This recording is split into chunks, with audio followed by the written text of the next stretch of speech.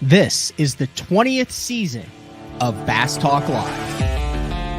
BTL is presented by Bass Cat Boats, Strike King Lures, AFTCO, Pro Guide Batteries, Spro, Gamakatsu, The Bass Tank, Denali Rods, Beatdown Outdoors, and Sunline.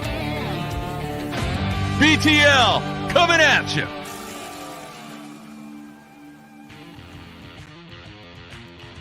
Good morning and welcome to another exciting edition of BTL Bass Talk Live, where we are going to talk about bass fishing. And do we have some bass fishing to talk about? We actually do have some bass fishing to talk about. We also have some things surrounding bass fishing to talk about. And we'll dive into that in the second half of the show. It's very apparent on social media over what's gone down over the past week that everybody has opinions on a lot of things in the industry. And by God, we are in a day and time and age where we have a platform to voice those opinions. BTL podcasts, all that shows, everything, message boards, comment sections, all being one of it. But what I have tried to do for the second half of the show, and we're going to dive into disqualifications, numerous suspensions, national articles, is I have like a lot of stuff here. So I'm just going to go through the stuff that's like written down based on how the process works and what the process is. And then, like I said, should you choose message boards, comment sections to voice your opinions on that, have at it. That is the beauty of living in America. Hopefully everybody had a wonderful Easter. I actually headed to Southern California, Orange County, and spent that with my girlfriend's family. And one of the cool things that I got to do, if you've been following BTL, one of the new features in 2024, sponsored by Omnia Fishing, make sure to check out their Premium Pro app, is the Guide Day episodes. And I recently kind of explored a Guide Day episode that stepped outside of the bass fishing and went to the Salt, and that was with Captain Benny Florentino. And it was awesome. I actually was able to go there. He had a day off. I jumped in his 26-foot boat. We headed out to Catalina Island and caught calico bass on jigs, A-rigs, spinner baits, jerk baits. It was a really cool experience. If you haven't had a chance to go watch that Guide Day, go back, watch it. And I put a reel up on my Instagram about it, but a really cool experience that I didn't think I would actually get to partake in as quickly as I was able to. Before we get to today's guest, which we have a good one, we're bringing Scott from the Bass Tank back on, not for the whole show, but for a segment. I want to take advantage of this. He is the title sponsor of Justin Hamner, who I think was Hamner at Talladega or what? He was at some racetrack. I think he was at Talladega. I saw him signing the finish line at Talladega, which is awesome, which is super cool, with the Bassmaster Classic trophy on it. We had him on BTL last Monday, but we never really broke down his electronic setup. We never broke down what was on his boat. I was actually up at the Bass Tank while they were rigging Justin Hamner's boat this past year. I've been on the boat that the Bass Tank is rigged from Justin Hamner. So I said, Scott, you've been on BTL a lot, but I got to get you back on for one more. Can you carve out 20 minutes? We're going to run through exactly what he had on his boat. And then we'll take a break, and then we'll dive into what's going on. Before we do go to Scott, though, I do want to bring up something that is awesome that is happening in the industry for the third consecutive year. BTL has teamed up with St. Jude for the Bass Fishing Saves Lives St. Jude fundraiser. 100% of those proceeds go to St. Jude, directly to the money that is raised through the Dick Hiley St. Jude Bass Classic the first week of May in Wabasha, Minnesota. That shirt is live. It is updated. There are two fantastic colors on basszone.com. Click on the Shop BTL tab or click on the tab in the YouTube description of this show. There's the shirt right there. Bass Fishing Saves Lives, BTL, and St. Jude. We changed a couple things up. $29.95 for the shirt. Now listen, it is like $8 shipping and handling. I can't get away with that. That's the only way that I can get this out super efficient and proficient. So it'd be about $40 for you guys to between 30 and 40 to get one. But Bass Fishing Saves Lives t-shirt that will run. I'm trying to extend that maybe through April 15th, but right now the store closes April 8th, April 7th on the BTL. But click on that. The Bass Fishing Saves Lives t-shirt. Each year we've done over $2,500 just from BTL supporters, and looking to increase that this year. While you're over there, after you have made put the BTL Bass Fishing Saves Lives, you're already paying for the shipping, guys. So here's the new apparel. Uncle Frank, the limited edition apparel. There was a mix-up. It did have the spotted bass under the smallmouth shirt. That's fixed. It is what it says it is. If you order the smallmouth shirt, you'll get the smallmouth, even though there was a picture of the spotted bass. Understandable. The people who just put the t-shirts up put the wrong t-shirt under it. But if you guys have any questions, this is the quarter zip polo. I am 6 foot, 180 pounds. The large fits me perfect. All the garments on there pre-shrunk except for like the top t-shirt, the $25, and the classic heavyweight cotton sweatshirt. Go an extra size on those, but the rest of them are fairly true size. Threw a youth hoodie, threw a ladies hoodie in there, and that goes through April 7th. So already good response on that. So thank you for all of the viewers and listeners who have supported that. All right, let's get to some bass fishing and some bass fishing news. Let's bring in Scott Palmer from the Bass Tank headquarters. Scott, busy day in professional bass fishing. It's like we left for Easter, and then right before everything just dropped. We, like I said, Bassmaster, MLF, all sorts of crazy stuff. But we got to cover it because this show covers what happens in professional bass fishing. Yeah, you do. It's pretty crazy. You sit back and watch the industry as a whole, and it's weird because it feels like there's drama across the board. And I'm like, man, I just want to fish. I just want to teach people how to catch fish and enable that. But I guess that's part of it for an industry this big, right? It is. And the good thing is you can stay out of it and you can focus on rigging people's boats and selling electronics, because there's no controversy around electronics over the past 12 months in the bass fishing industry. But none I say that tongue in cheek. So the last time we talked to you, just to catch the listeners up, I feel like you maybe were a little bit shell shocked. You had just come off of a dark van ride holding the Bassmaster Classic trophy, and then we're at the Champions Toast, and then had Hamner in the Bass Tank studios. We're a big part of getting Hamner's first full interview as the Classic champ. And then you have a good team at the Bass Tank, so I won't call out who it is, but I had one of your team members go, man, I'm worried about Scott. He just hasn't stopped for the last 4 days, and I think he might have a heart attack. And I said, he'll calm down, he'll get it together, he'll get it figured out. So over the past week, you had a good spot. Has the high actually come down to seeing the Bass Tank plastered everywhere in the bass fishing universe? No, the high itself hasn't come down. We're still enjoying it. I told the guys, I said, guys, we really knocked this out of the park. Again, like you said, I've got a great team, and not just the Classic, but leading up to it, it's show season for us. And man, my guys, between rigging boats, shipping orders, taking calls, taking care of customers, we've been on the road for the last 6 weeks. And finally the Classic was kind of that cherry on the top, and boy, was it a cherry. And I told them, I said, guys, we're going to have to go out and celebrate a little bit. I need to take them to dinner and everything else. Then they need some rest, so it wasn't just me that needed it. Everyone saw maybe how badly I was run down, or, that I was running on fumes, but what they didn't see is the guys behind the scenes as well that were absolutely just as exhausted as I was. So got to give a shout out to them. They've just killed it. And so definitely looking forward to taking them and getting them some rest and having a little bit of celebratory dinner. But I did finally get some sleep. I crashed. I absolutely crashed hard. And so I'm not sure that I'm fully caught up on sleep yet, because I'm still like, man, I'm tired.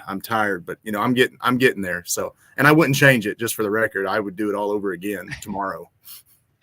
What I wanted to get you on was, a lot of times we'll break down the winning gear, the baits, the details, and all that. And that is important this year. Kind of a unique year here with Hamner using a variety of different baits to get the Classic win, primarily the jerk bait. But no secret that he was, I'm going to coin the term hybrid scoping, or I think the term that I would use is power scoping, where I don't know if anyone is used, surely people have to be using this term, but where you're not targeting individual fish or finesse fishing for them offshore. You're fishing in close quarters. You're using your bait to draw fish out and then seeing how the fish reacts to it. Is that fair to say that he was power scoping in this classic, Scott? Is that a fair statement? Yeah. He wasn't really specifically picking off, scanning around, driving around like everyone thinks is happens. He was using it like he would, your side or down imaging to find the cover, find the structure, and say that should hold a fish, and then throw his bait there. And like you say, get that fish to show itself, either eat it or get it to show itself, and then specifically come back and maybe target it, individually like that. And so it definitely power. There was nothing finesse about it. It was definitely a power game by and large. And, Justin's phenomenal with a jerk bait. It's amazing to watch him. And he likes a jerk bait, as he said, but definitely power scoping. I think that's a new. I think you have guys like Taku and some of the guys who are more minnow-ish that I would say are more finesse scopers out. But I would put Hamner and obviously in the same category as Patrick Walters, his roommate, and a number of those other anglers. I think you have hybrid scopers. Yeah. I think you have finesse scopers, hybrid scopers, and power scopers. Yeah. But I think we're starting to see that now. Also, if you've also noticed, what's hitting the market is we're seeing. I know Gamakatsu just announced a new minnow jig head. We're seeing all sorts of new plastics that are hitting the market, all sorts of new jig heads, all sorts of new baits. That was kind of led by that first wave that Berkeley announced last year with like the Credge and some of those. So it is interesting because now we're going, oh, look at all this new stuff that we haven't seen. And that's kind of cool. But not to get into that discussion, I'm just saying this is kind of what we predicted would happen. Yeah. It's just a timetable to get stuff from concept to market, especially when a lot of it exists. Like we talked when we announced the Nano Alpha with Gamakatsu and Ted, is it takes a long time. There's a lot of stuff that may be in Japan, that may be in other countries. It takes a long time for that to kind of get over and set up in America. Yeah. Yeah, it is. And it's, if I had an idea today, it may take me a year to get that to market, and that's just because now, if you're a bigger bait company, you may have, faster resources than that. But from the time to prove the concept to make sure the ingredients are right, if it's a soft plastic, make sure that it's not just going to tear up the first time. There's a lot that goes into it. So there is always a delay in it, and that's why it's kind of fun, because it's always evolving, always rolling, trying to chase the next thing. And what happened, what comes out a year from now, and so it's fun. I still tell everyone, and obviously I'm speaking from an electronic standpoint typically, but as an angler, it's just fun to be an angler right now because everybody's competing for our dollar, and so competition drives innovation, and that's what we're seeing. And so I enjoy it. I think it's fun personally. All right, this is what I want to do. I want. Exactly what's on Hamner's boat, and you've cleared this with him to where, so some of these guys are very secretive as to how it is actually rigged, like the brackets, the settings, that type of stuff.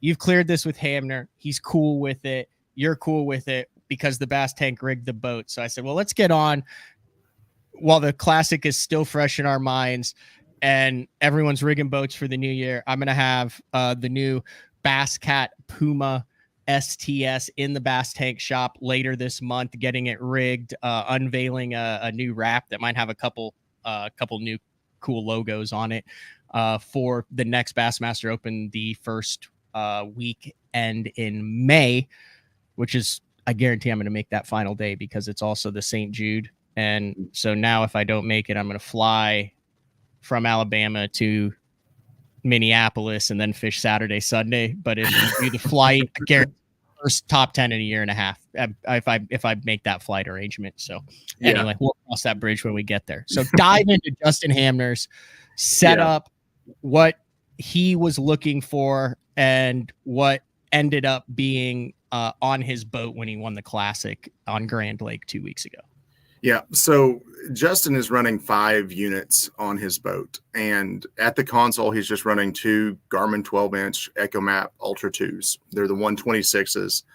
He is running the GT56 at the rear. He is also running an in-hole GT8 for his, high-speed transducer, his shoot-through hole. So that's what he's running at the console.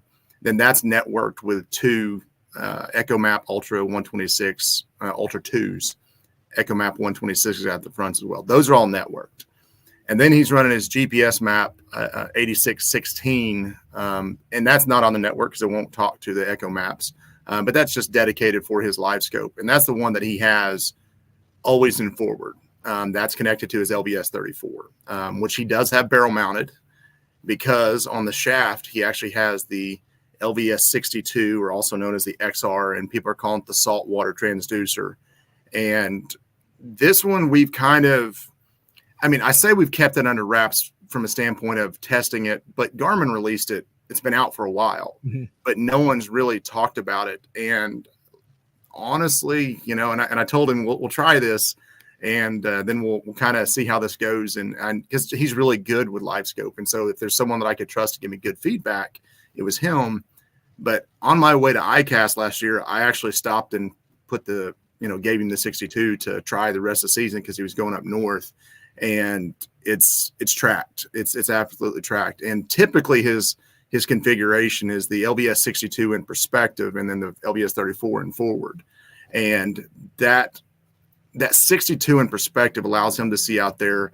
I think he was telling me he was out there running 120 feet, 120 feet in perspective mode, which is just double what the 34 is. Basically what I've found since you rigged mine for the last couple tournaments is 50 to 60 foot max on perspective. Yeah, correct. And so that in itself is huge. That kind of gives that extra advantage. And the 62 absolutely has a play, in it. And like I said, I say we've been keeping under wraps. It's been out. It's not like, we had the ability to keep it secret, but the fact that he's been running it, we've been keeping a secret. And finally I told him, I said, dude, we've got to tell people, like, this is a thing, and we've got to tell people because it's legitimate. It's not, smoke and mirrors. I don't like doing the whole, hey, you need this when you don't really. And it's not for everybody, full disclosure, it's not for everybody, but it is a real, I hate the term game changer gets thrown around a lot. And so I don't want to say it's a game changer, but it is a really, really good advantage to add to the front of the boat for sure. Now, did he have that in perspective during the Classic, or did he have that in? Okay. Did you talk to him at all if that perspective allowed him to find any of the shallower brush piles he was fishing around Horse? He didn't specifically say, but he told me he definitely leveraged his electronics in finding those brush piles because, he on day 3, he fished an area he never even fished. So he put the trolling motor down, and he didn't practice. He just put the trolling motor down and went searching. And, and that's, I know with perspective, that would allow him to find those brush piles much, much faster than just having to scan around. Because if you watch the footage of him, you don't see him doing this number with his trolling motor. Like he's kind of like this. Yeah, he's kind of making some snakes, but it's not that constant panning back and forth that you have to do when you're scanning that hard.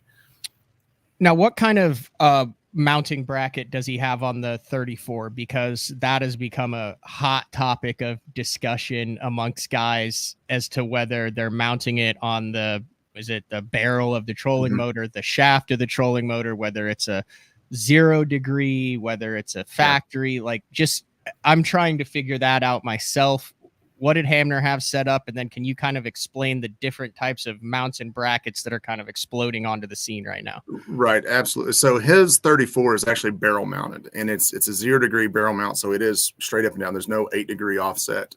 And can you explain that real quick? Yeah, absolutely. So the 8 degree offset basically is for the shaft mount of the trolling motor. And the whole idea of the 8 degree offset is simply that when we're looking forward, and I know the people listening can't see this, so I'll explain it as detailed as I can. But basically, when we're looking forward, if we were coming straight down, we might hit the head of the trolling motor. So we might get some, interference or a blind spot, if you will, from the trolling motor itself. So the 8 degree just kicks it off just enough so that signal slides past the trolling motor. So when you put it on an external pole or the barrel of the trolling motor, you don't need the 0 degree, you don't need the 8 degree mount to do that, because we're clear of the trolling motor. So that's why, from the 0 degree, you're going to get a better return. But the thing people have to understand when you put it on a 0 degree is because now the beam is running straight back and forth, there's no offset.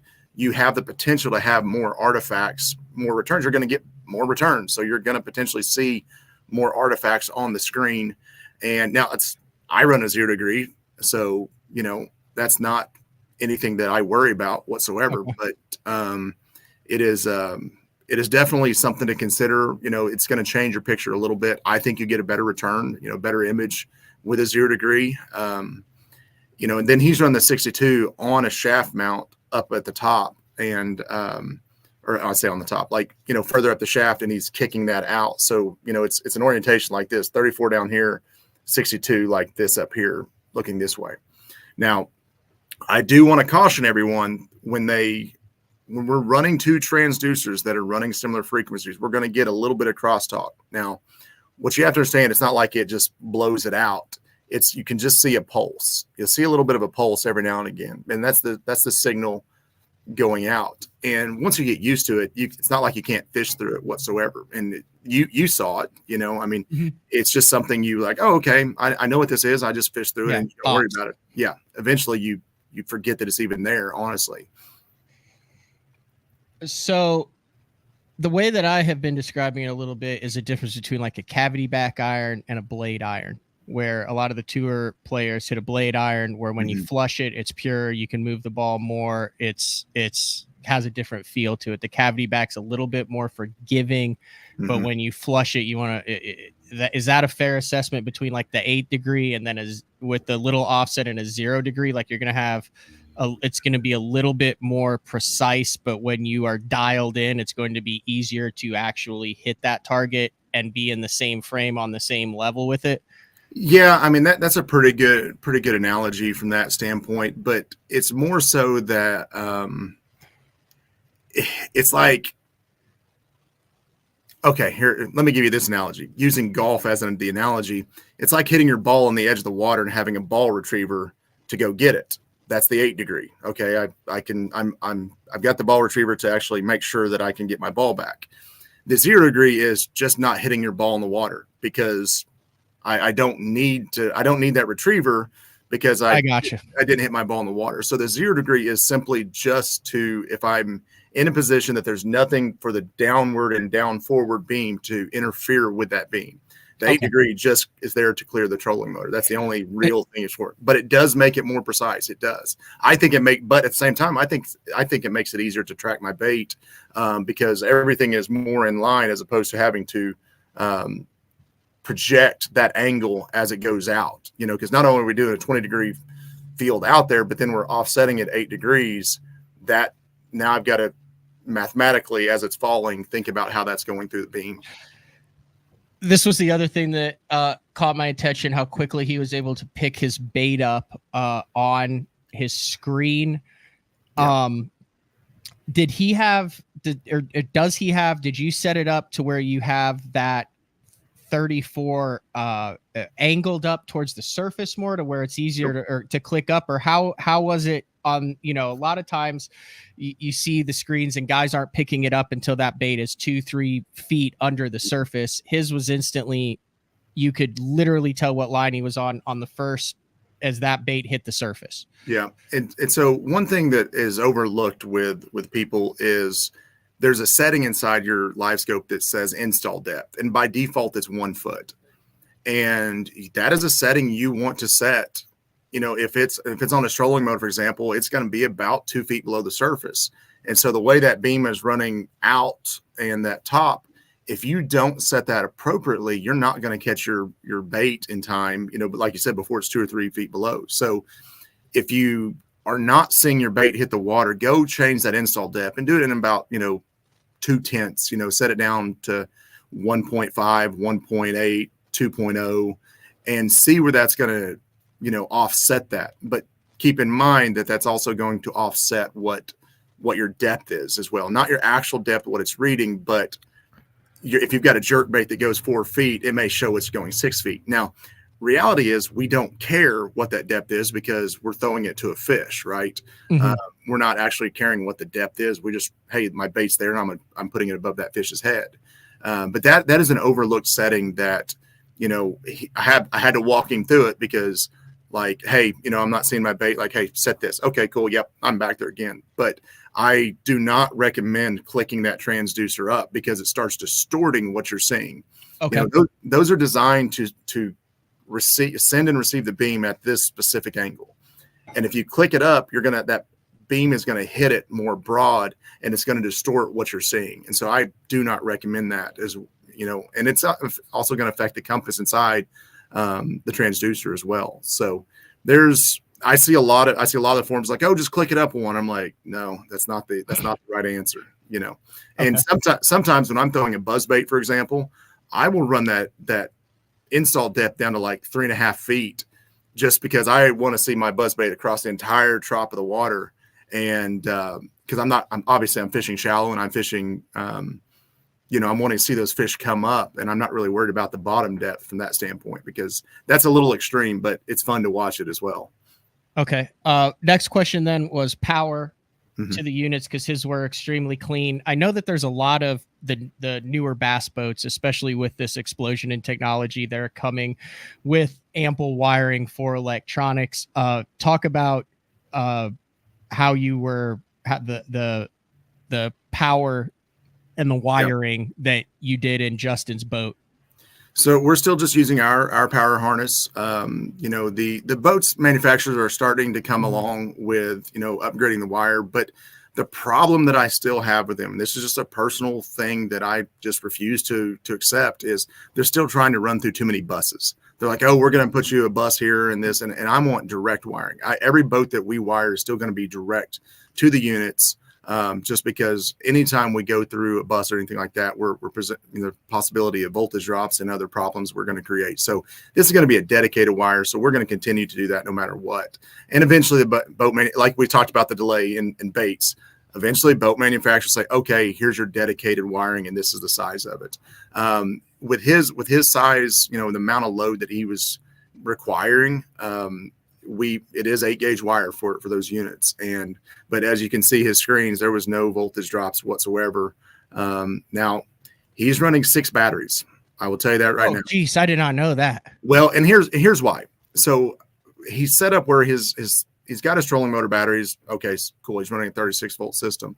But the other batteries, we started doing the math on it. And again, he's running a very extreme case, and it was right on that edge of, man, this mathematically, this may work. So he's got his cranking battery, then he's got 2 electronics battery. And we were on that edge, and I said, man, you're probably fine. But like with what you do, you cannot afford to go down during the course of the day. And so he said, all right, I would rather be over than even remotely have to concern himself with it. And so that's what we're doing with it right now. And it is extreme, and it's not necessary for the majority of most people. You know, if he wasn't a professional angler, we wouldn't have to run 6 batteries. But the amount of time that he spends on the water, it's absolutely necessary for what he's doing with the mathematics. You know, again, just breaking the math down, that's required. Okay, I'm going to pull up a photo from Bassmaster. That's Hamner at the Classic there. So what I'm circling there right there, that would be the big giant transducer. Yep. This would be the 0-degree barrel mounted 34 that's going forward. He's running, it looks like a Garmin Force trolling motor. Yep, Garmin Force trolling motor. And then you have some of the talk a little bit about then cable maintenance here too, because this is a good example of what you guys did, cable maintenance. This looks, I feel like I am the first one that had it done this way, because I came in after cutting transducer cables and said, guys, I am an absolute idiot. Make it so I cannot cut any cables on my trolling motor, put hooks in them, cut them, step on them, jerk them, anything. And this is what you guys came up with. And now it's the standard. Am I delusional? No, I don't think you are. I definitely use you as a guinea pig. You know, if I can make it mat proof, I can do it for anybody's boat. No offense, but no, that is it's our basically our cable jacket, our cable sleeve. I don't know what the right term for it. We have the Velcro. There's the Velcro, and you'll find Velcro across the board. I like Velcro for a lot of reasons. Velcro, even though I can get it to hold the cable nice and snug, but if that cable ever got into a situation, you know, because trolling motors pivot. If it ever got in a situation where that cable was getting about to be pulled, it'll just slide underneath that Velcro and give without actually damaging the cable. The other side of it is I do fish shallow, and I do adjust my trolling motor. What I really like about Velcro is, guess what? I can just adjust my trolling motor, slide that Velcro down or undo it, and then restrap it on there. If someone uses electrical tape, it's stuck, you know, and I won't even talk about zip ties because that's just a no, don't do it. But the electrical tape, once I cut it off, I've got to put new electrical tape on it. And the other thing I don't like about electrical tape is that when I physically am holding something that tight right there, now I'm creating a spot where that wire has a leverage point, right? So it's wire. If you move it back and forth, eventually could potentially damage it. And I'm not going to say it's guaranteed, but it's just, why risk it? You know, Velcro is cheap and easy, and it looks good. I do agree. It is a clean look. All right. I found a picture. This is his setup. He talked about the 3 graphs up front, which seems standard now at the top level of professional fishing. This is this top screen. That's a 16-inch screen? That's correct. That's correct. And you can see how shallow he is right there for the guys that look. And you can see that light spot at the top. And you can see that he's still ranged way down. Okay, so let me ask you this, Scott. So we're looking at this picture, and he's looking at the top 20% of his 16-inch unit. Is that just because he happened to be in shallow water, or are guys running it that shallow consistently? I know everyone runs it on manual. That's live scope rookie stuff. But I always, and I'm saying this using me as a guinea pig, not the guy who just won the Bassmaster Classic, asking you, am I doing it wrong by manually setting it? If I'm in, let's say 15 foot of water, I'll set it to 20 foot deep. Should I be setting it to 30, 40 foot deep? Well, there's 2 things going on here. Number one, he's moving so fast that he's not going to reach down there and constantly being adjusting it, right? Because you know Grand Lake, you know, and he's in these creeks, and you can see the bank behind him, and he may be in 5 foot 1 second, turn around and be in 20 foot, just that quick. And you're not going to reach down there and be bumping that up and down all the time. Okay, so there's no like real. Well, then there's the other side of it is. Here comes Scott. This is a Scott answer, folks. Buckle up. The other side of that is it is proportional. So the old 3-to-1 ratio of Sonar is, you know, like for every 1 foot you go down, you side image out 3 feet, right? That's kind of the 3-to-1 ratio we talk about. There's a ratio with live scope as well. And that's everybody's homework. Go figure out what that is. But I run mine. I find that, like, if I'm in 10 foot or less, I'm not going to go run it down to 10 foot. I'm going to keep it at minimum 20 foot. And because no matter whether I'm in 20 foot, whether I'm in 100 foot, if my range, the bottom of my range is the same, when I throw my bait out there, it's going to look the same. That fish is going to look the same. So if I'm always, every time if he were to like lower the range, let's say that's it, he's in 5 feet right there. And let's say that he's got it ranged down to 30 feet. I can't see what it is. Look at you all. Look at you being all. No idea where I am. There we are. Look at you being all techie. I'm proud of you. But when that screen is going to represent that bait and the fish in a certain proportion, like it's going to look a certain way. And so if I change that right now, even though he's ranged to 40 feet, it's going to make things look a certain way. Whether I'm in 10 feet or 20 feet, if I'm ranged to 40 feet, it's going to compress. It makes little fish look bigger, big fish look smaller. Like that's how you end up casting a crappie and gizzards and that all day. Exactly. That's exactly right. Still there. Yeah, exactly. What we're talking about, people, on this screen, in case you don't know, this line right here, that is the bottom. So there's nothing to read on 70% of this screen that we're looking at right here. That is just dead space bottom. He's literally scanning this little top sliver of his graph, and what Scott's saying is trying to figure out whether that's just something that he keeps standard so he knows what he's looking at, so when he goes out deeper he's not constantly readjusting. But he's also saying there's a little bit of method to this madness as well. Yep.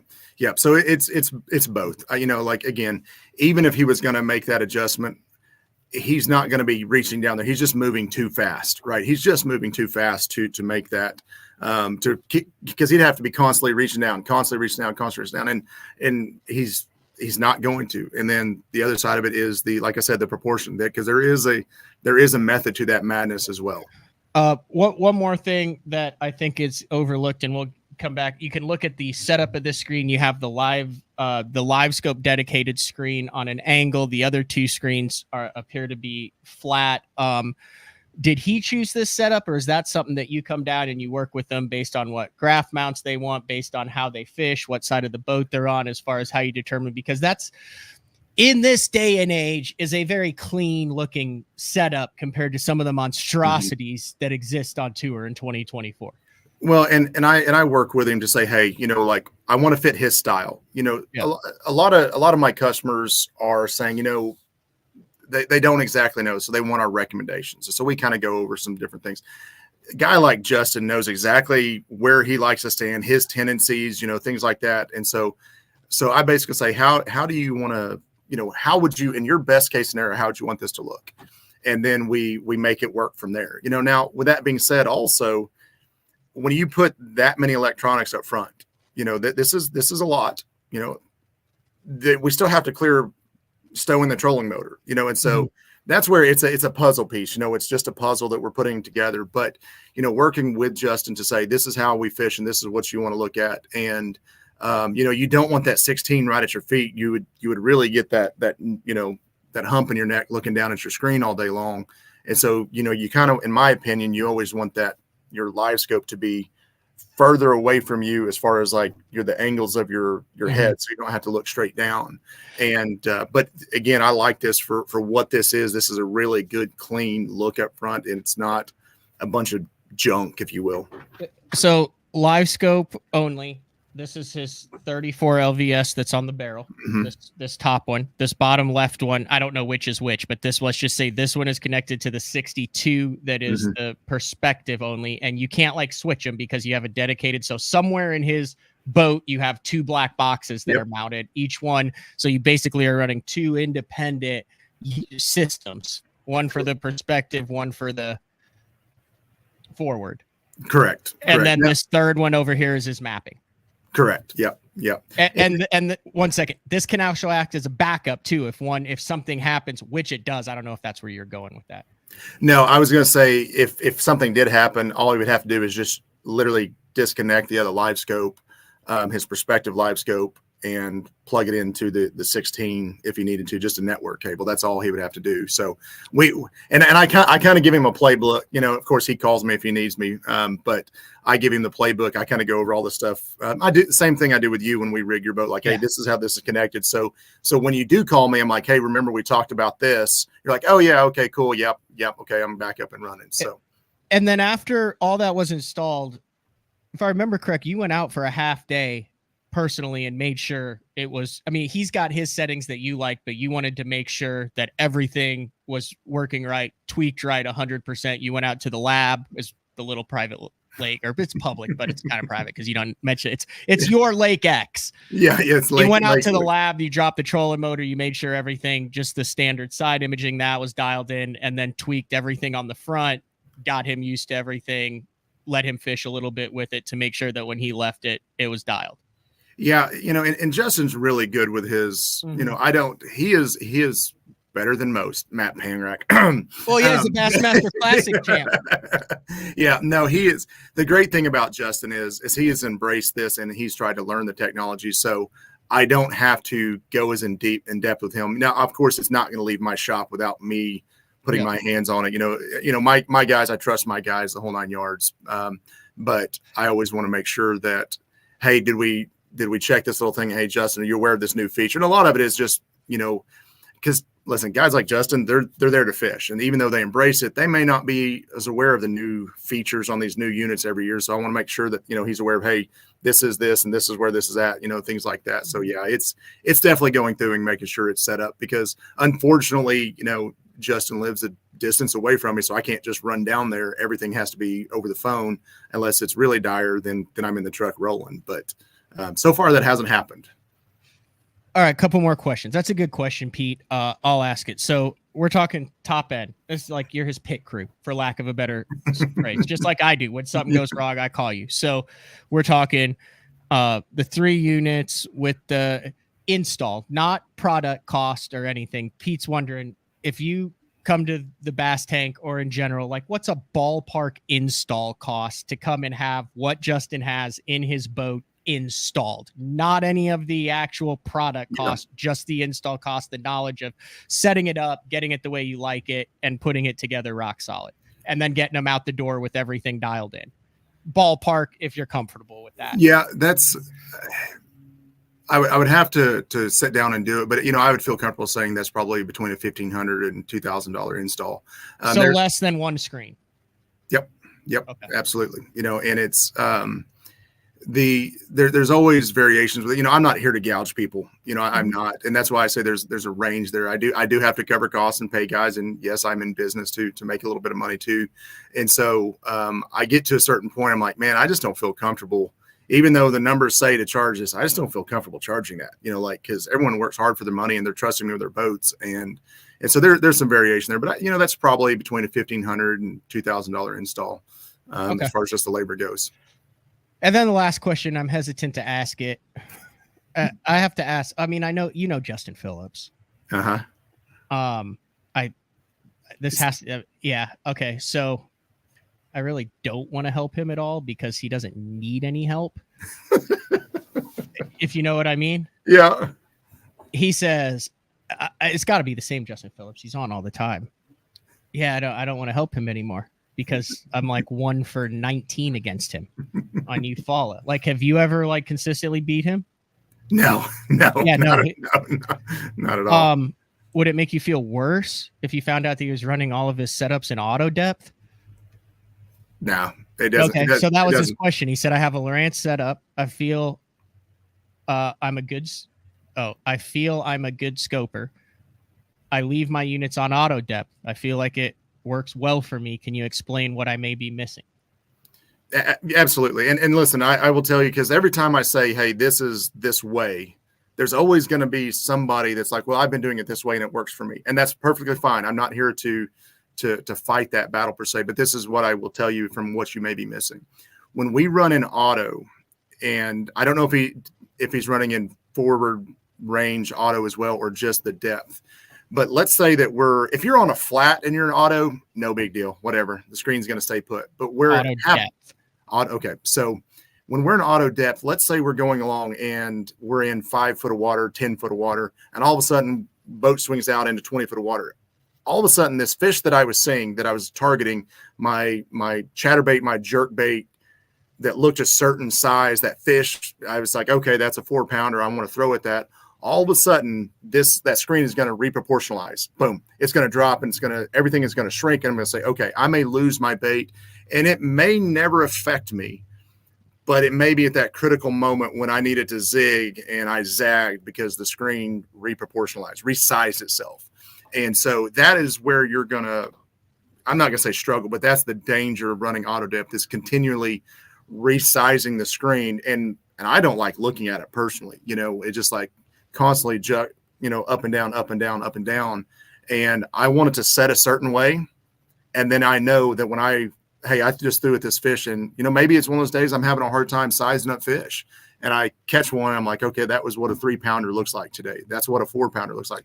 Well, if that is continually changing, I'm eliminating a variable from my thinking equation. And I am all about eliminating variables where I can. All right. Can I give away some of your stuff in the second half of the show for the best question? I'm going to do a little Q&A. So I'm going to give you a choice on which of your products you want to give away. Either the and you did. I only got one. We gave away 2 last week. I only got 1 screen cleaner email that I sent to you. So you can either give away the screen cleaner, or do you have any of those cool things that you had at the deal, like the casting, like the sonar from the bank? You can choose which you want to give away. Yeah, we absolutely this or that. Yeah.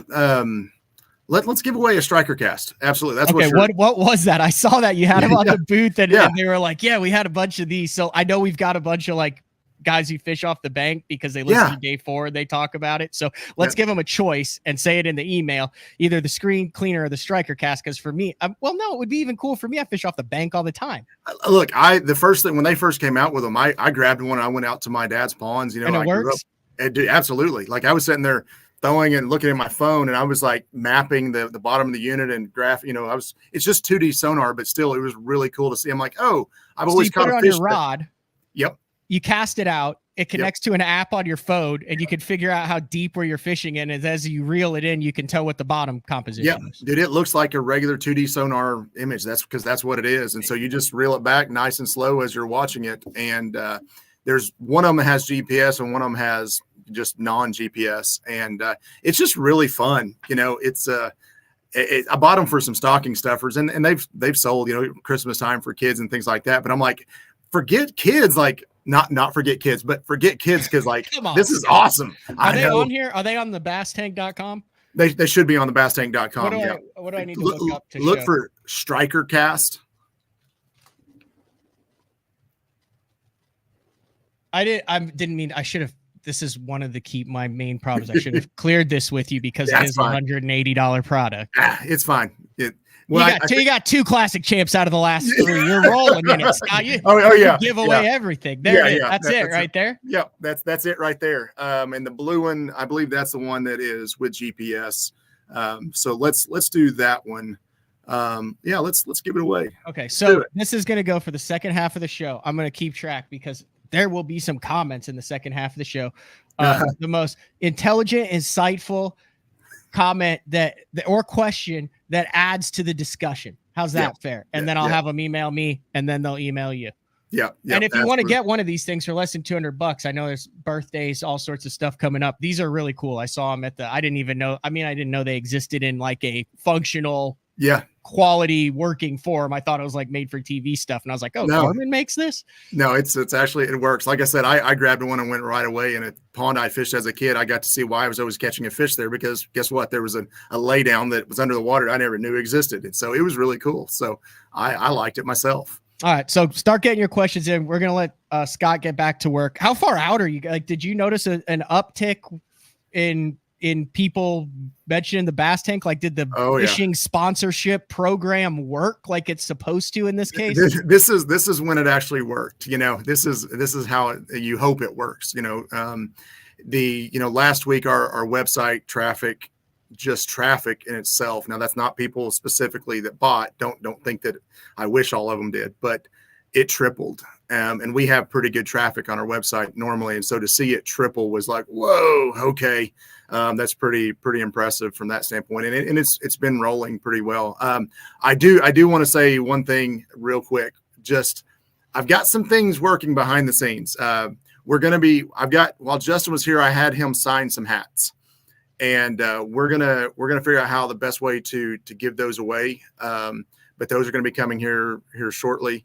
And then I've got another thing, I'm thinking about giving away a pretty cool trip. I can't say too much yet. We've got to finalize it, but I think I'm going to give away a pretty cool trip, here in the coming days. And finally, yes, Justin was at Talladega. He did sign the finish line.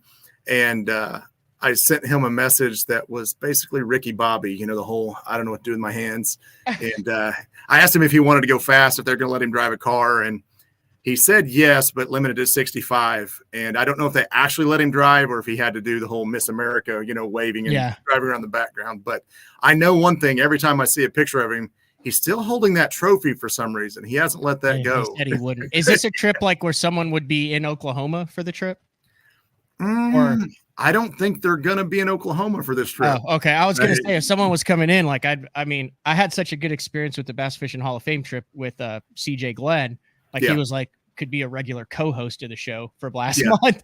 But I was like, well, if you're bringing someone in, just bundle it together and bring them down, and we get them in the studio for a little bit. Yeah. This is, but no, this is something else. Yeah. This is something else. Like it's kind of cool. I'm pretty excited about it. Just got to work out the details behind the scenes on how it may lay out and things like that. But some really cool stuff happening over here.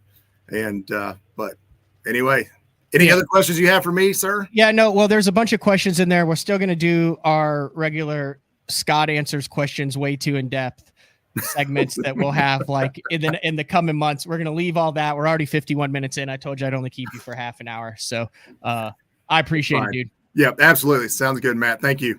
All right. See you. All right. That is Scott Palmer, owner of the Bass Tank. We're going to take a break. When we get back, we're going to get into disqualifications a number of different suspensions in the world of professional tournament bass fishing. It's BTL on a Tuesday, post Easter Tuesday. Hope everybody was safe from the storms. I actually stayed down in Texas last night to try to stay away from the hail that was supposed to be up in Shawnee. Then it ended up being in Texas, and then the weather was clear up in Shawnee. Anyway, it worked out. So BTL on a Tuesday. We'll be back right after this. The new Puma STS has been redesigned from the ground up. With the angler, design, function, and performance in mind, nothing on this new offering was compromised, and the only thing carried over from the previous version is the name.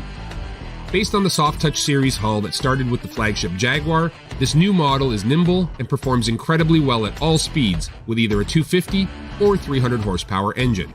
Featuring a new 96-inch wide-body footprint, this hull measures out at 20 foot 7 inches in length. Industry-leading design coupled with tournament-winning performance. The Puma STS from Basscat. Feel the rush.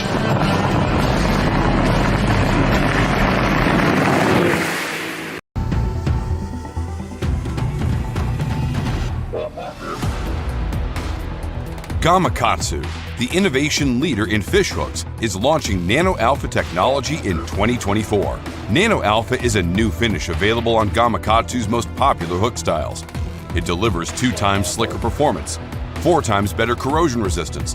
Nano Alpha technology makes the world's greatest fish hooks even better in 2024 to help anglers catch more fish. Born in Japan, using technology, innovation, and precision, Sunline produces the widest selection of fishing lines at the most technologically advanced line factory in the world.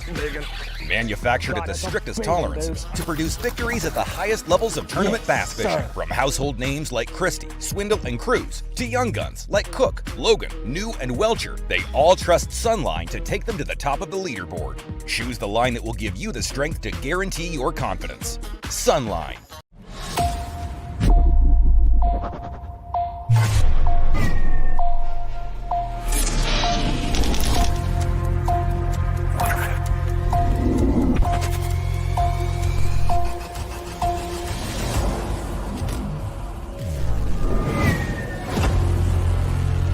Everything you need, one legendary brand. Top 100, Strike King.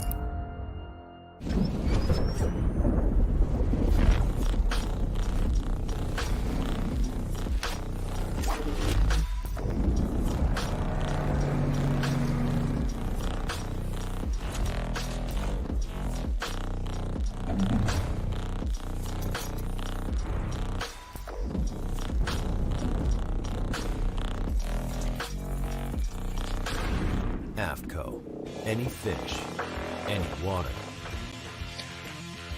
All right, welcome back, BTL on a Tuesday. There was a derby that took place last weekend. I guess no surprise at this point. Tater Reynolds on Toledo Bend just dominated the field. 83-4 for a 3-day total. He caught him cranking, shaky heading, A-rigging, a little bit of scope, a lot of knot scope, a 22-pound win, stacked final day. Blake Schroeder, my travel partner for the Opens, I think he was in the top 25 there. Castledine had a good tournament. I think the dude who won by like 30 pounds last year finished in the top 5 there. But Tater Reynolds, I would say quietly, but not quietly, very rapidly over the past 3 or 4 years has become a force to be reckoned with on both Rayburn and Toledo Bend. This is 4th top 10 of 2024 with MLF, 2 in the Yodas and 2 in the BFLs. His 11th top 3 finish since 2022 in Toyota Series and BFLs. I do not know him. I've never talked to him personally. I have good friends who are friends with him and say he's a good dude, very talented, easy to pull for.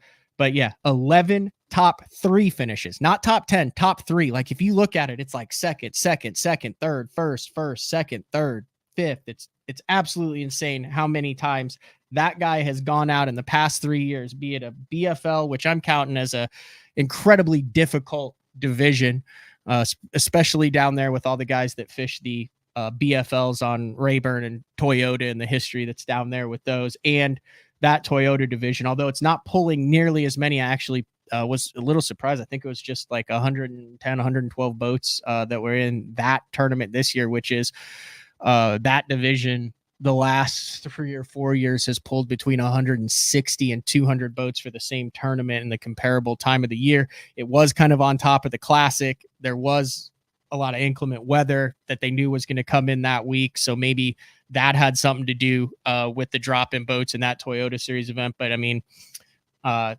Tater Reynolds gets it done, 8304 Megasex. We're seeing a lot of 3-day tournaments, guys, this year specifically.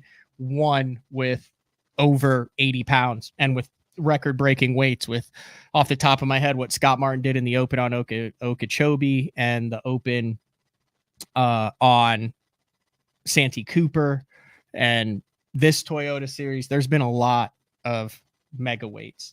So something else that came down since the last show, a March 28th press release from Bass. Bass officials announced today that after an investigation appeals process, Brian New's disqualification from the St. Croix Bassmaster Open on Santee Cooper Lakes has been upheld. The disqualification was handled down based on rule violation 7C of the Bassmaster Open Rules Angler Code of Conduct, specifically intentionally interfering with an angler's ability to compete. New's appeal was heard yesterday by a 3-person panel. Remember, this was on the 28th, so that was heard on the 27th, which included 2 Bassmaster Open anglers, neither of whom competed in the 2024 Santee Cooper Open, and a Bass employee who is not part of the tournament department. You can read what Brian New wrote about it on Facebook and put up on Instagram. You can also watch Andrew Upshaw's response on YouTube. Last I checked, it had over 50,000 views on it. This is an interesting situation. This is the first time that I've seen a situation like this. Like, there was no, like, New wasn't trying to cheat. He didn't think what he did was illegal. I will say this, and it's to the benefit of tournament bass fishing. You go into any game or sport, and there's going to be 2 sides to every story. And in many instances, both sides think they're right. That's where the friction comes. And in a sense, it's theater because it is at the top level and people are wanting to see and people take sides and it's entertaining there, but it is actual real people on either side of this. It is Brian New competing in his home state with the young kid at home, trying to win to get into the Bassmaster Classic, getting a $5,000 check. It's Andrew Upshaw on the other side, who is one of the hardest workers in the industry with a lot of irons in the fire, who is very comfortable with himself and the standards that he holds himself to on the water. And if you watch and listen to both sides, I think this is a perfect example of how the rules are supposed to work. Andrew thought he saw something. He called the tournament director. He was informed of his options of what he could or couldn't do as far as file an appeal or not. He chose to file it. The tournament director and the Bass staff then did their homework behind the scenes. They spoke with New. New believed that it should not have been a DQable offense. He filed an appeal. It went to the appeals committee. And none of this would have ever been made public. I would venture to say 90% of the people who filed pressure fishing didn't even know this was going on. The appeals committee did their thing. They came up with their ruling, and life goes on. This happens in every sport. It happens in everything. There was just a press release about it, which there's got to be some sort of legal deal as to why Bass doesn't go into more depth. Like, none of these that I've ever seen in the MLF did it a while ago with some of the stuff, but where they actually go into what happened. So, you can watch and see what happened, but when they just say that he broke the angler's code of conduct, specifically interfering with an angler's ability to compete, that could be a wide range of things. And in this case, it was a unique scenario. So it blows my mind how, I wasn't there. I did not witness it personally. I talked to Brian New about it. I obviously was rooming with Andrew Upshaw at the same time. I respect the hell out of Brian New. He's always treated me, just as an open angler with great respect. I've been on the water. I've fished around him.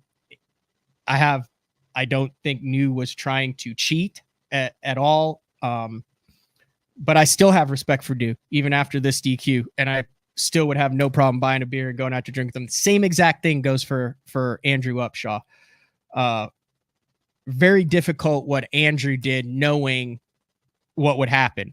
And it literally just came down to what he thought was right and what Brian thought was right. And then Bass came out and they did their thing. This is how it's supposed to work. This is why you have a reputable organization that has an appeals, that has the history behind it, that has so many people that pay their money to the organization, believe that they're going to get a fair shake regardless of who they are, regardless of what they are.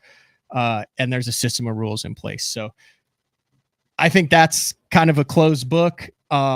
We always do the 3 E's, the entertain, educate, and engage. And yeah, it is entertaining to see how it goes down, to read what Brian wrote, to see Andrew's response. You got a lot of their personalities in both of those things. Like I said, I'm friends with both of those guys. I'll continue to be friends with both of those guys. And for the most part, I thought it was handled in a professional manner. I don't know what the rules are as far as naming people who were involved with it. I don't believe that Andrew's name was publicly announced by Bass as the angler who reported what he thought was a violation. That was announced by Brian New.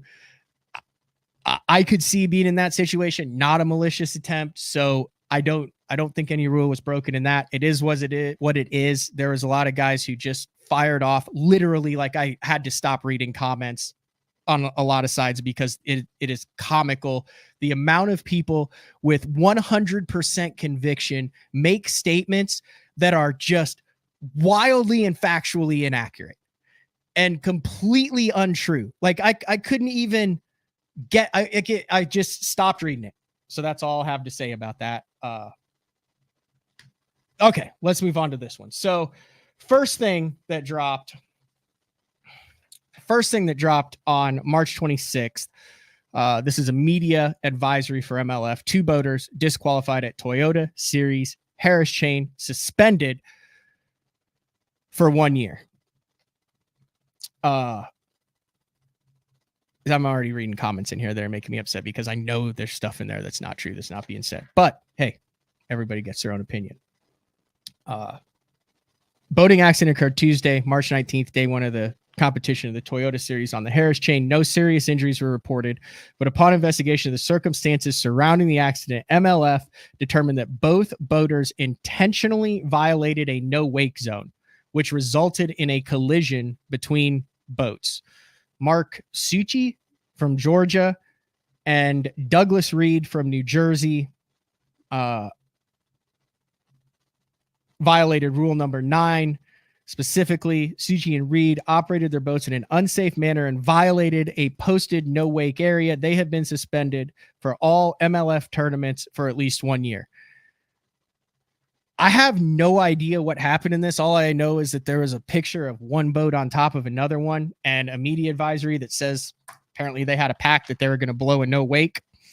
But I do think it's interesting, especially after seeing that picture and especially after seeing some incidents that have happened on the water, that happen annually on the water, because this is a dangerous sport, even with seasoned veterans. It is, because a lot of it comes down to decision making and spur of the moment and split second decisions. There are going to be things that happen when you are on the water. So I thought that was interesting for a year. And then 3 days later, Major League Fishing comes out with another news release. I don't know what the difference between a media advisory and a news release. I guess it's just press releases.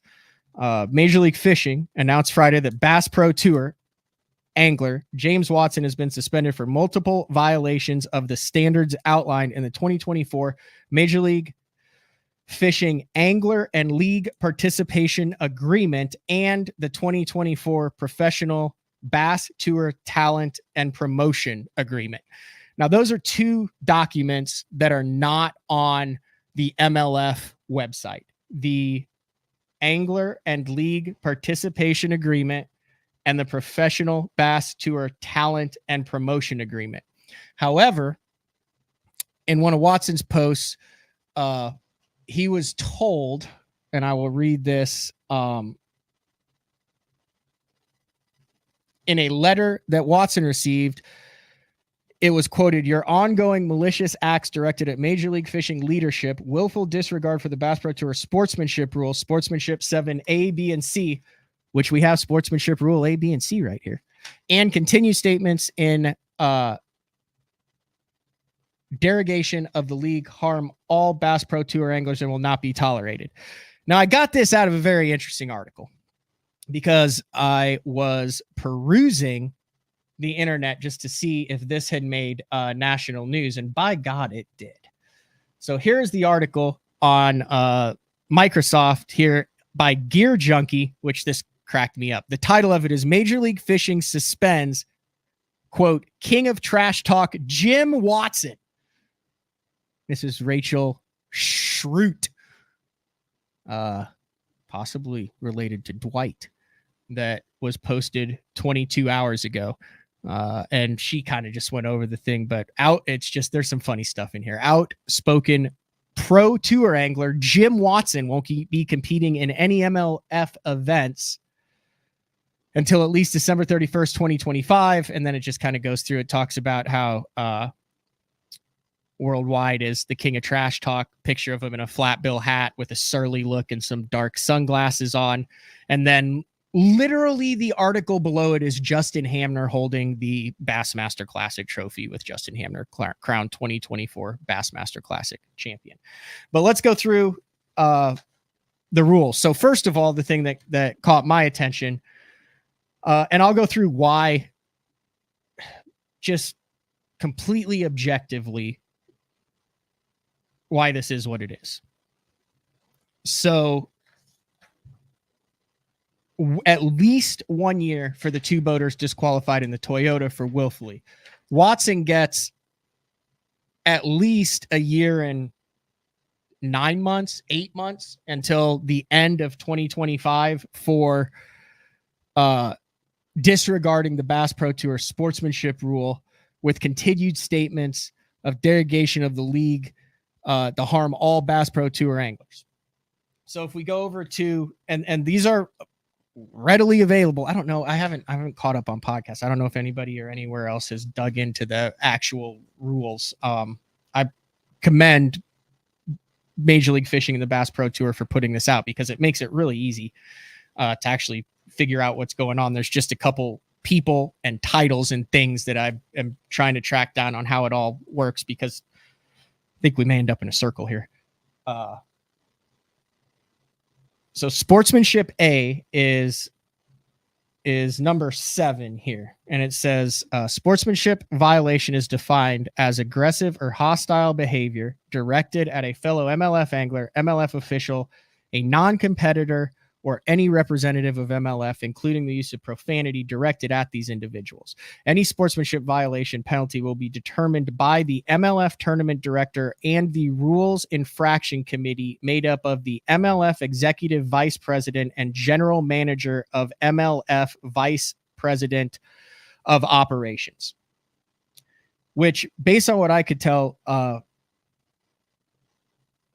Boyd Duckett is the MLF president and CEO. So he is not, unless he is on the rules infraction committee, which he is not, because it is the executive vice president and general manager of MLF. So those are the ones who are determining whether he had a sportsmanship violation. So it also mentioned in here A, B, and C. So B is a flagrant violation. And it says a flagrant violation of any act that reflects unfavorably upon the positive efforts of MLF, MLF sponsors, spectators, fishery conservation, and clean waters, including littering, will not be tolerated. Any flagrant violation penalty will be determined by the MLF tournament director. And then C, MLF anglers are expected to follow the high standards of sportsmanship, courtesy, safety, and conservation.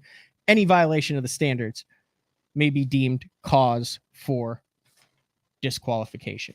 It's a 6 or 7 page rules. Flagrant violation is defined as any act that reflects unfavorably on the positive efforts of MLF sponsors, spectators, fisheries, conservation, clean water acts will not be tolerated. So you could peruse the internet. I think based on that, James broke rules 7, A, B, and C, and it was up to MLF to determine what his penalty should be. In one instance, they chose a year before possible reinstatement for 2 guys who willfully blew, according to the media advisory, intentionally violated a no-wake zone, which put lives at harm. And in the other option, the James Watson suspension, he violated Rule 7, A, B, and C, and was assessed a penalty to where he can't apply for reinstatement until the end of the year. The length of that is 100% up on MLF. There is nothing in the rules. And like I said, the other 2 documents, that I have, I have not laid eyes on those documents. I don't know if in that it says this is the penalty for breaking this. I don't know if he was aware of that. Ironically, Watson's got a lot of publicity from this, and he's not a dumb dude. And MLF had to do something. And it was as a bystander in this, just watching, I thought it was a very interesting exchange on both theirs. The timing, dropping it immediately after the Classic instead of before the Classic, or it would get buried. So it was obviously out there. Watson, I think all this kind of started with a podcast that he started. He's going to be on, at least what I know, he might be on many others until then. I think Luke is going to have him on April 7th or 8th. I'll let him have that. Have at it.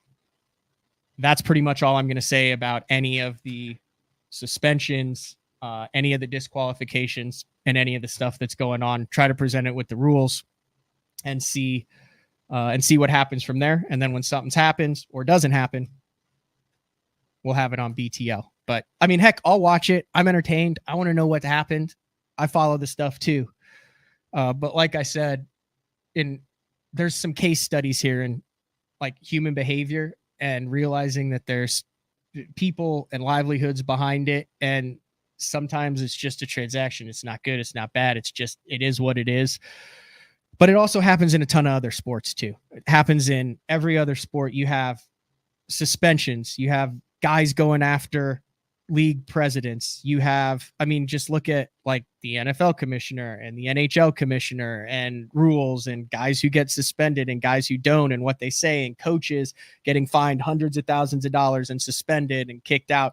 Like, it's not just a fishing thing. It does happen in professional sports. It is entertaining to watch. It is very interesting. It is very intriguing. I will follow it. But as far as like doing a whole show on it on BTL, I just don't want to dive into that. So that's all we got for that. So very interesting week in the world of professional bass fishing. So I didn't really see a ton of questions. So here's what we're going to do. I'll announce today that tomorrow, Wednesday, April 3rd, Jacob Wheeler will be on the show. I love it when Jacob comes on. And I am going to ask him about the $180,000 icon that I saw on the Explo floor there at the Classic. We're going to talk. We'll talk about a bunch of stuff with Jacob Wheeler. He's always very open when he comes on and generates a lot of discussion. So Jacob Wheeler tomorrow on the 3rd. And then next Wednesday, Tom Brubaker from Strike King. Strike King and Lose will be on, and everybody that's watching this live, all 300 plus live viewers, there's a way that you can get involved, even if you're not entered into a tournament, and win some cash and some great prizes from Strike King and lose. I don't think it's even announced yet, so I'll stop there. But we're going to take a final break. When we come back, wrap things up. BTL on a Tuesday. We'll be back right after this. Your early morning mentality is your every hour mentality. All gas, no brakes. Focus, purpose, power. Destined for the water, but confident everywhere else. A calming buzz before the storm, truth of nature itself. You can't catch lightning in a bottle. There's a limit out there, but it's not with your gear. Unrelenting power delivery. Unparalleled weight savings. Keeping you on the water, whether you run a 9.9 or outscoping your best 5. In this rare air, there's power in the silence. It's a mindset, thinking only of the things that matter and freeing your mind from the things that you trust.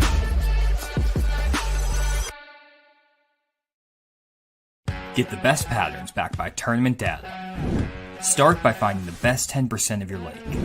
Know exactly what to look for and what to throw. After that, just put them in the boat. Try the Deep Dive app today. Look at that beast right there. Yes. Fishing isn't just a hobby, it's an obsession. Whether it's blazing hot or bitterly cold, bright sunshine, raining, or even snowing. Someplace, somewhere, there's a fish that's ready to bite. And as the angler, you need baits that will catch the fish anywhere, anytime, no matter the conditions. From throwing topwaters to cranking the depths, know the baits to throw. Choose Spro. Having confidence in your tackle while on the water is one of the main things to success, in my opinion. In the last couple of years with Denali, I've had just that. From anything from spinning rods, casting rods, tungsten products, even now to casting and spinning reels, I have the confidence to go out there and get the job done and know that all my equipment is going to handle it and do it just the way I want it.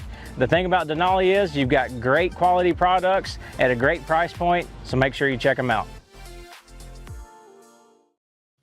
All right, welcome back. Wrapping things up here. There is a very interesting tournament. I talked about it, I think, with Matt Steffen last week. The Touring Anglers Association.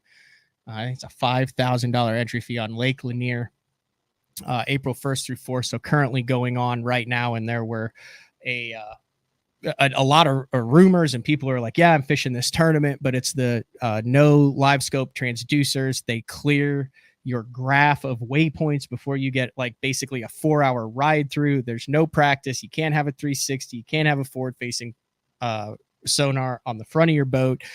And the payout based on 50 boats. I just saw it right here. Payout based on 47 paid entries. First place, $65,000. 12th place, $10,000. So they pay 6th through 12th is $10,000. 5th is $15,000, $20,000, $25,000, and $30,000. So the top 4 anglers all make $20,000 on a $5,000 entry fee. They pay 12 out of 47 paid entries.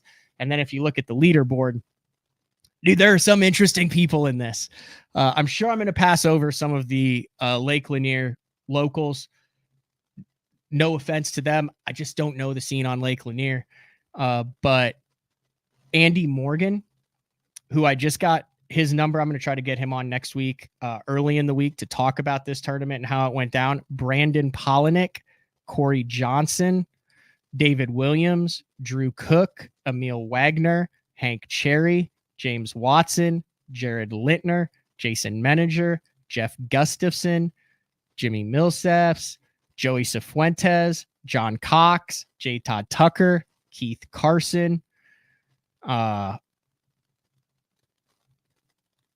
Paul Marks Jr., Paul Marks Sr., Sam George, Trent Palmer, bunch of guys. It's a heck of a field. 47 anglers. You can follow all that going on at touringanglersassociation.com. Now, 47 with those names for the first one. And we talked about this, no practice round. You get a 3 to 4 hour ride along, equipment restrictions. The following equipment must be removed before the ride along, which is live scope, forward facing, sonar, and 360 image transducers. You have to clean your graph off. All angler GPS units will be restricted to only waypoints created during the ride around and tournament day, strictly enforced and reviewed by tournament staff. So I'm very interested to see where this goes. I know they're planning more in the future. They've got a lot of big names supporting it. The payout is incredibly good. The entry fee is incredibly high for it. I think they were hoping for between 150 and 200, ended up with 47 paid entries. So this could be a one-off. It could be a sign of things to come. And there's also a big fish prize of $5,000. So Touring Anglers Association. All right, that was kind of a hodgepodge of a show today. Big shout out to Scott Palmer for coming on, talking about all things Bass Tank and Justin Hamner setup. Do want to remind everybody, head over to basszone.com, click on the BTL merch tab. If you buy a BTL and St. Jude Bass Fishing Saves Life t-shirt, I forgot to mention that also includes a BTL vinyl decal or sticker that will be included with it. And then if you want to cut off on some of those shipping costs, you can also throw in some of the BTL merch, some of the Frank Scalish Signature Series merch. Store open through the end of the week, which would be April 7th. So tomorrow, great show. Jacob Wheeler returns to BTL. And then Uncle Frank on Thursday. So I think we covered it. Covered a lot in today's show. Hope everybody had a great Easter. Hope everybody stays safe as those storms rip towards the east. And then also on Bass After Dark with Ken Duke, there was a vintage appearance last week, or on Thursday, by the one and only Mark Jeffries. He jumped on, had a couple epic rants. So if you're not impressed by my best attempt to be Switzerland in polarizing bass fishing topics, feel free to go watch Jeffrey's Bass After Dark if you're missing that element. I watched it, a little bit of nostalgia in there. He's been keeping up with the industry. Ken Duke, Brian the Carpenter, those guys, they got him wound up a little bit, and they do a really good job over there every Thursday night on Bass After Dark. So, all right, that's all we got. We'll talk to everybody tomorrow. We'll see you then. Later.